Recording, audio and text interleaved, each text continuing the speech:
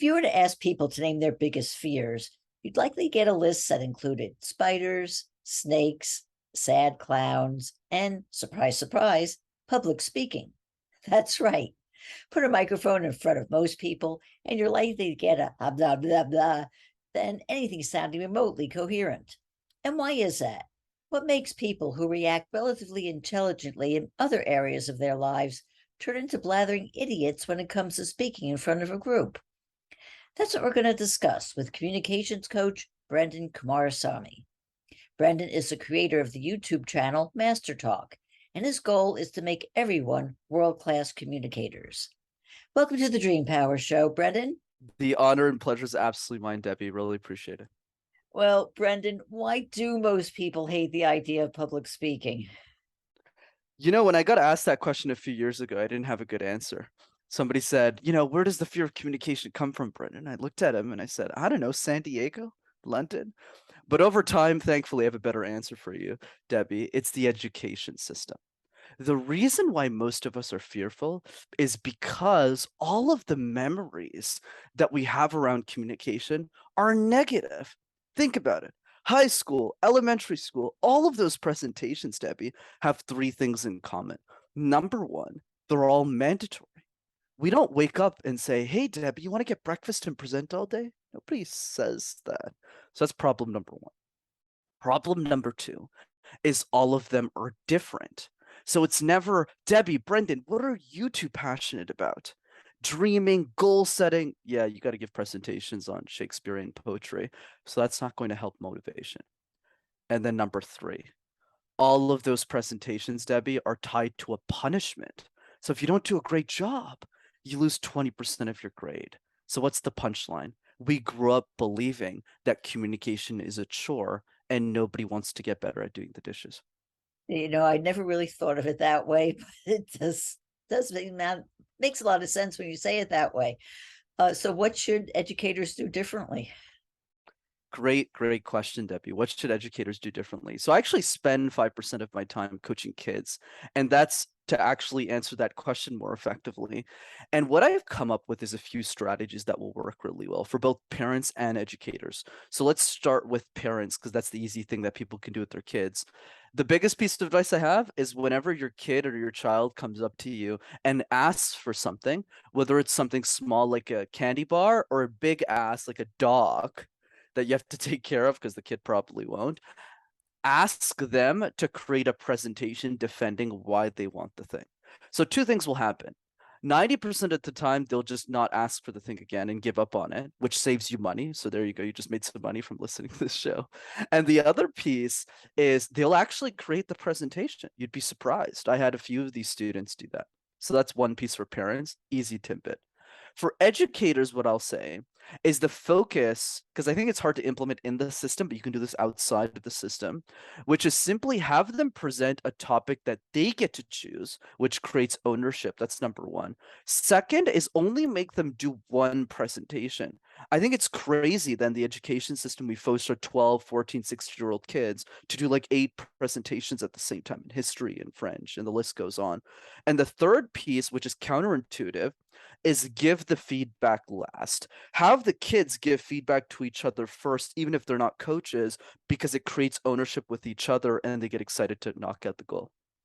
That's really fascinating, and it probably also instills confidence in them also. Correct, because they become the teachers.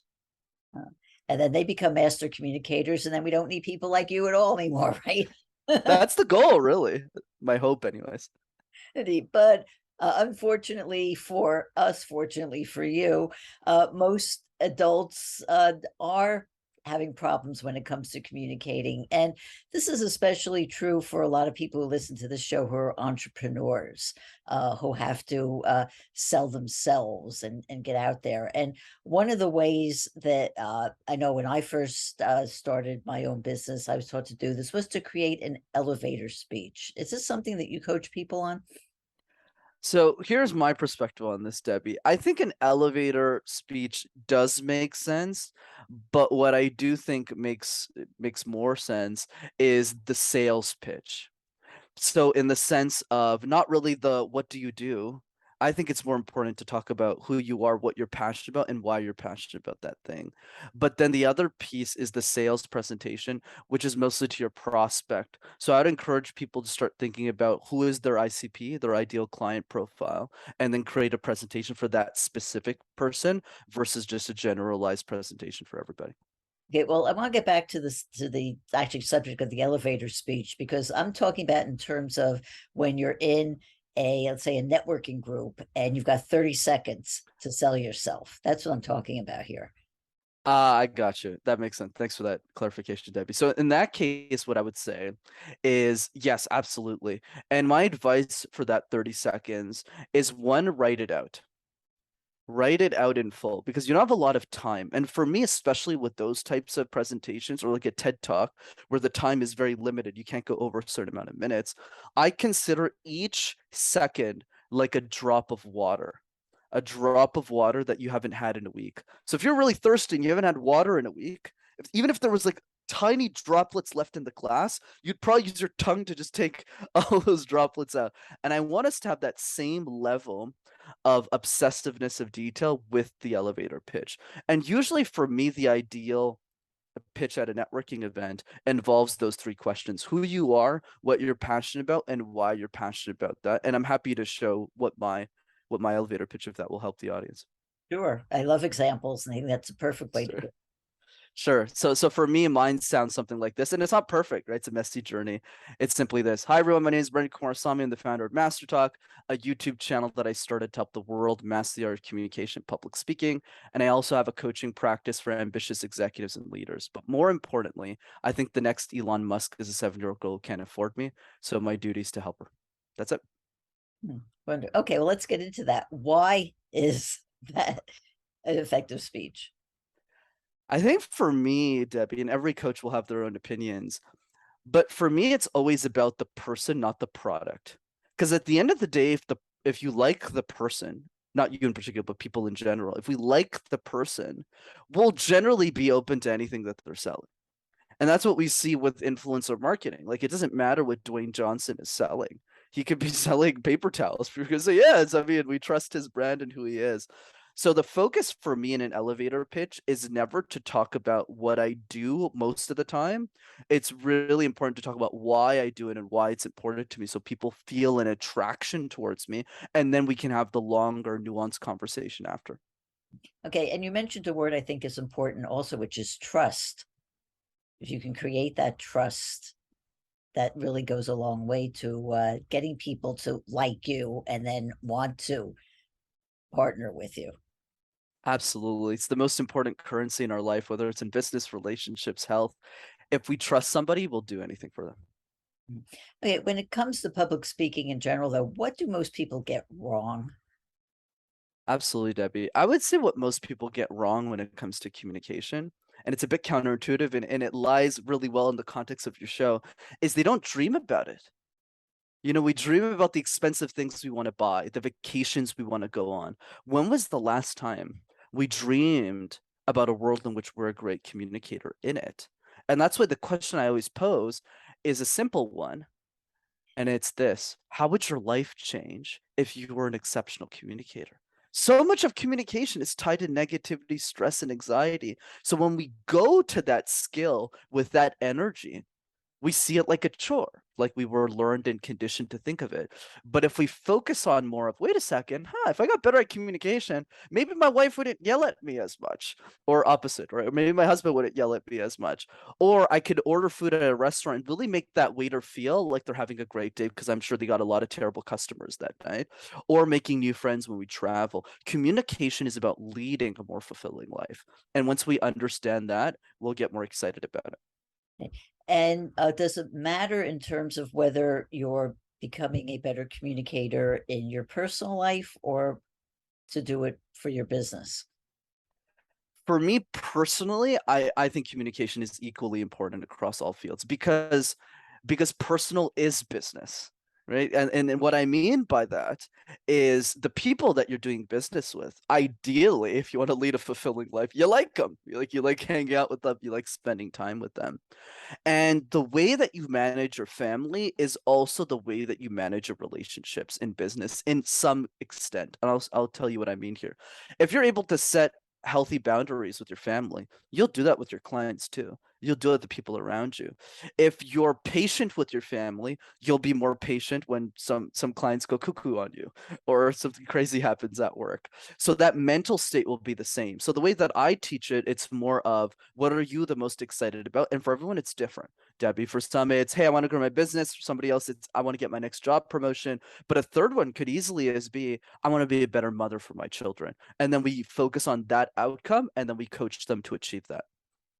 Okay, so how do we become better communicators? Give me a couple of tips on what we could do to do that. Absolutely, Debbie. So for me, communication is like juggling 18 balls at the same time. Where one of them is body language, one of them is storytelling, one of them is eye contact. So it can get really confusing. So to keep this simple for today, I call this my easy threes. What are the three easiest balls that we can juggle and practice on a consistent basis that I guarantee you will amplify your communication skills? So let's go through them. Number one is the random word exercise. All you have to do is pick a random word like teacup, like mug, like tissue paper, and create random presentations out of thin air. Why is this effective? The reason it's effective, Debbie, is because if you can make sense out of nonsense, you could make sense out of anything. So I always recommend doing this in the shower because we all got 10 minutes there every day. Hopefully everyone showers every day. That's my hope.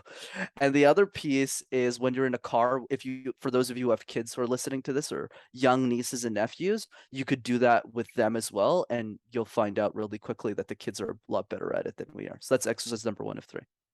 Okay, well, tell me about this. How do you make a presentation out of teacup? Absolutely. So why don't you throw me a word, Debbie? Do you want me to do teacup Teacup, or sure.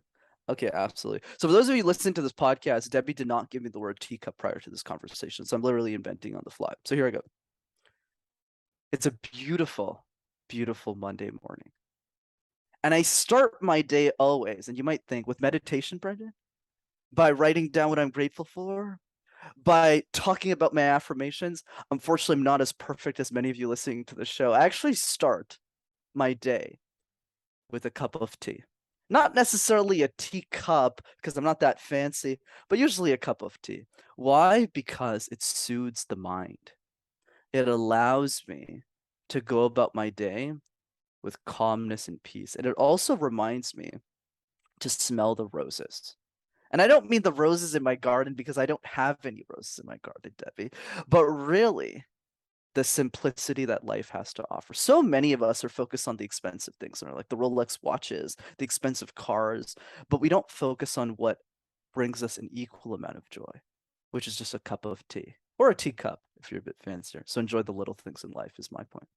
Oh, That's it. that's brilliant. But let me ask you this: somebody who is new at this and just learning how to be an effective speaker, you throw a word at them, can they do that on the fly, or does it really take time to develop it? Right. So a couple of things, Debbie. I'm glad you asked that question. So the first thing that I'll say is, and this, I tell people this all the time, you don't get points on how well you do the exercise. You get points on how many times you do it. I've done the exercise 3,000 times. That's why I'm able to do it this way. So the first time you get teacup, you might go, teacup is I think it's like a cup and there's a tea. So you're not actually that great at it. But what will happen is you'll build momentum because it only takes 1 minute to do the exercise. Imagine if you did this 5 times a day, 5 minutes a day. If you do that for a month, you'll have done the exercise 150 times. And the same way I'd love for you to talk about as well, Debbie, when you started the show versus where it is today, I'm sure there's a big difference. You're probably a lot better than you started, right? So I think that's the key. Well, Brenden, you said that you started a YouTube channel called Master Talk. What is Master Talk? Absolutely, Debbie. So Master Talk is both a YouTube channel and a coaching practice. So a few years ago, when I was in university, I went to college for business school. I had the idea for Master Talk because I used to compete in these things called case competitions. Think of it like professional sports, but for nerds. So while other guys my age are playing basketball or baseball, I wasn't one of those guys. So I did presentations competitively, and that's how I learned how to speak and coach other people, primarily students in that program, on how to communicate ideas effectively. But then when I was around 21 or 22, I had the idea for Master Talk because I realized that everything that I was sharing with them wasn't really available for free online. So I just started making videos and it turned into something I never could have imagined. So your idea was to give back and to help people who, like you said, are not the Elon Musk who can afford, millions of dollars to do this. You got it. But it's also worth emphasizing. It's not because I'm some philanthropist. I was doing really well financially already. That's why I saw Master Talk initially as a hobby because I was doing really well at IBM. I had a great career there before I went full time on this. So a lot of the money I would make from my corporate job, I would just put it back in the channel because I thought it was fun. And then I started developing a business around it that I never thought I could, to be honest. And here we are today. Okay. Before the break, we were talking about three things to do to become communicators. And one was this, presentation you talked about, picking a word and making a presentation out of it. So what else could we do? Absolutely, Debbie. So you're right. The first one is the random word exercise, and now let's go through the other two. The second one is an exercise I teach called question drills. We get asked questions all the time in our life, Debbie, on a podcast, at work, at school, from our family, but most of us are reactive to those questions. We're not proactive. So we wait for the question to appear and we go, kind of like the same way a few years ago I got caught off guard when I started podcasting where somebody asked me, where does the fear of communication come from? I didn't really have a good answer for it. And that's okay. So, how do we be more proactive? So, every single day, what I did, Debbie, is for 5 minutes. That's all. I asked myself one question that I thought the world would ask me about communication. So, day one might be, what tips do you have for introverts? Day two might be, how do we overcome the fear of communication? So, I just did that every day for 5 minutes. But the punchline, Debbie, is if you can do this for a year, which is actually not that hard. You'll have answered 365 questions about your industry and you'll be bulletproof. That is amazing.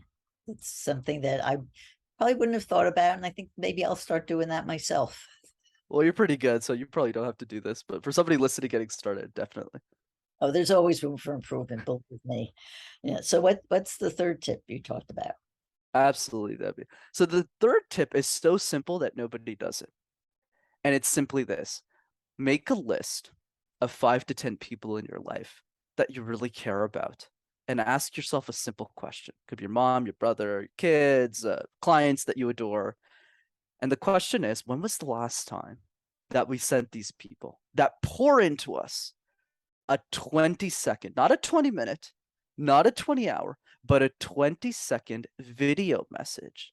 Just saying, hey, I really appreciate having you in my life. Thank you for the incredible work that you're doing and the human being that you are.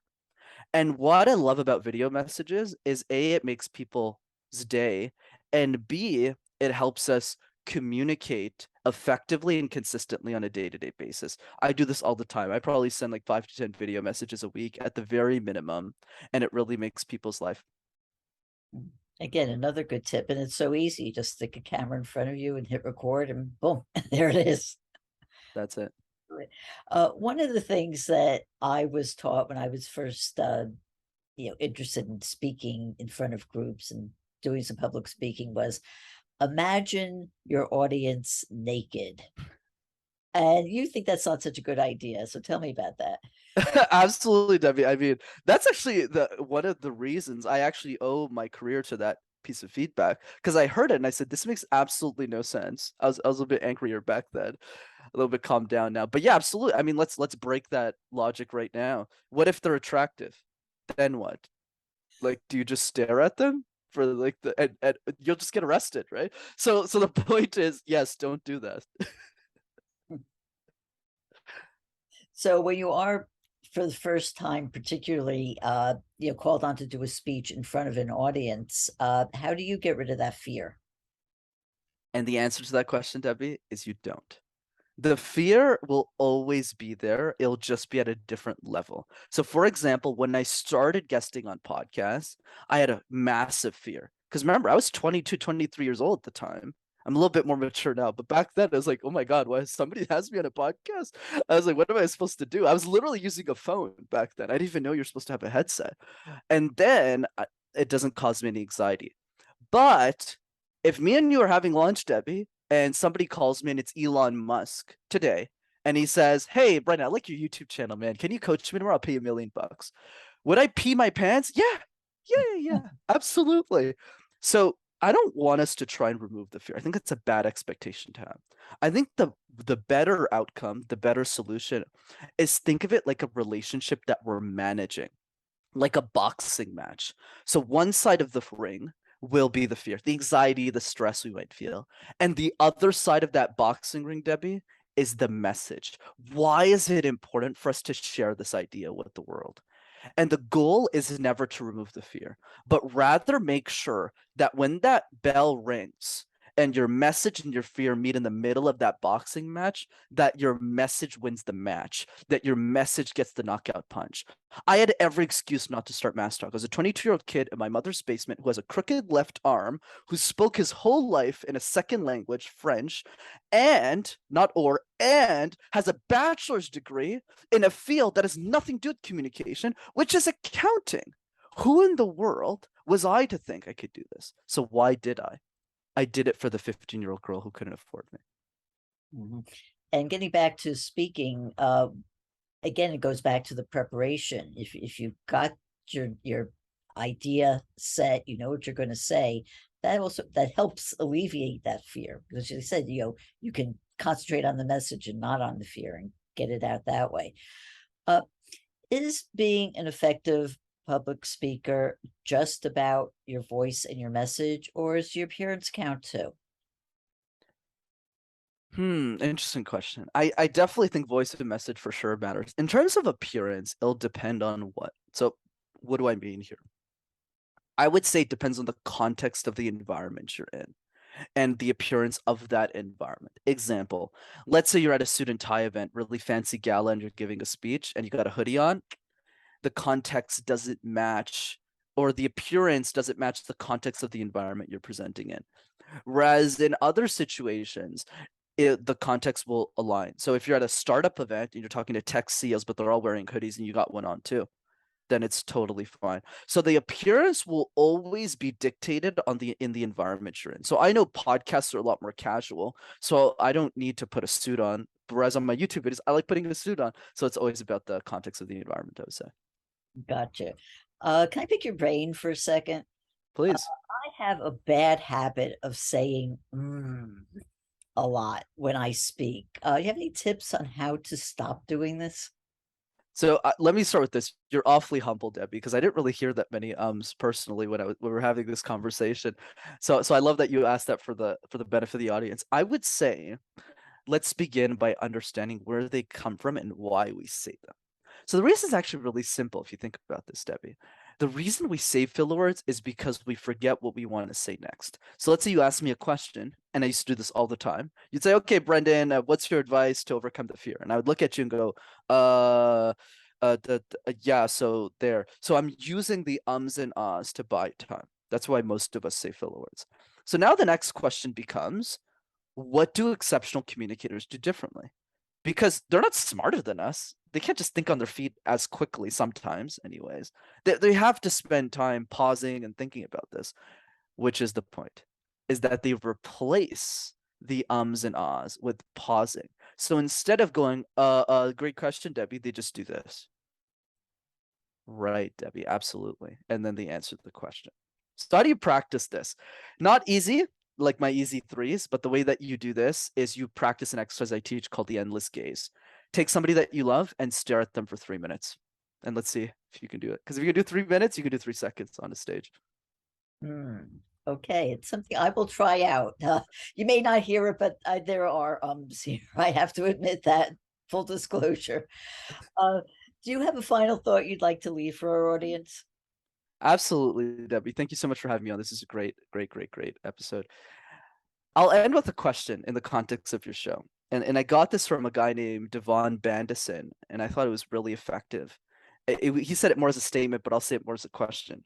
And the question is simply this: what is a dream or a goal that you've secretly given up on in your life, that you stopped telling other people? And I would encourage all of you to start thinking about that question. What's a dream or a goal that you secretly gave up on without telling anybody?